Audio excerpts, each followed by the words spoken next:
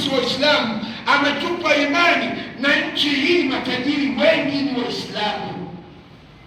Kila unapokwenda mashamba, kwenye marizeti, kwenye mabasi, weka hapo nje hapa, sio barabara kubwa hii, soma malori yote yanayopita hapa: Abdul Fattah Walidi, Abdallah Hussein, Muhammad Nadi, yote mali za Waislamu.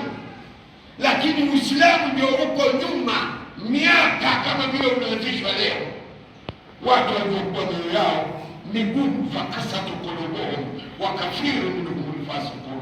Mungu amepiga mihuri katika mioyo yetu, na mwisho tutakuwa ni mafasiki.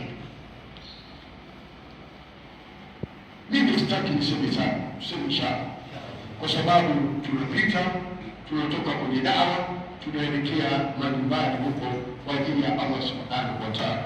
Kabla sijamalizia maudhui yangu, ni mkabidhi msemaji wa pili. Naomba inshallah tutie nia kwa ajili ya Allah, tuseme inshallah. Wale watu wa dhikri, wale watu wa diani wale, wale ulani wao mmoja wanasema: fa inna rizqan maqsudun wa su'i dhannu la yanfa. Maneno mazito haya, kwamba riziki zote za Allah ameziweka barabarani, kuzionea kijicho ni ujinga tu wa nafsi yako. Tafuta hela kaka, usilalamike uwe na magari matano. Tumekuwa ni wasimuliaji wa mali za watu. Hata tukikaa kwenye kikao, kaongeza gari ya pili, yule mwanamke, wewe mwanamke yule kaongeza gari la pili, wewe umeongeza watoto watatu, mwenzio hana hata mtoto mmoja. Huwezi kuona kwamba Mungu amenipa watoto kuliko kulipa nini?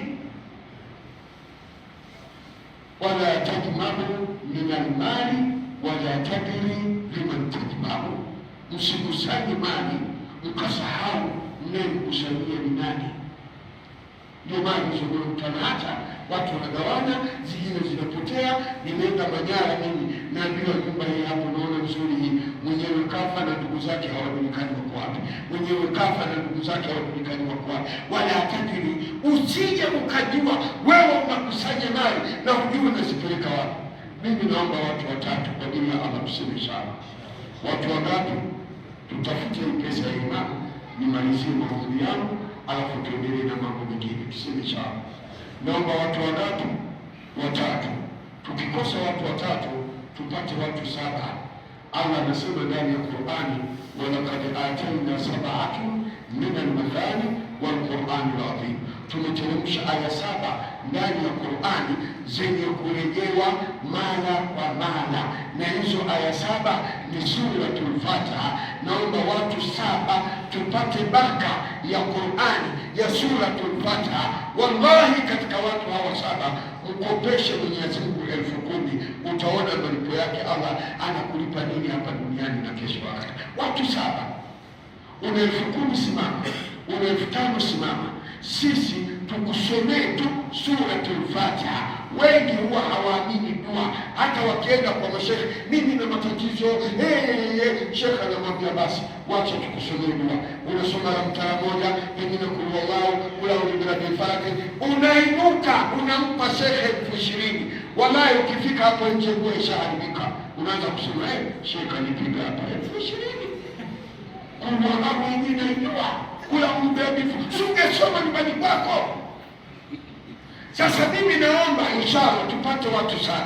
Una 10,000 simama, una 5,000 simama kwa ajili ya Allah. Takbir.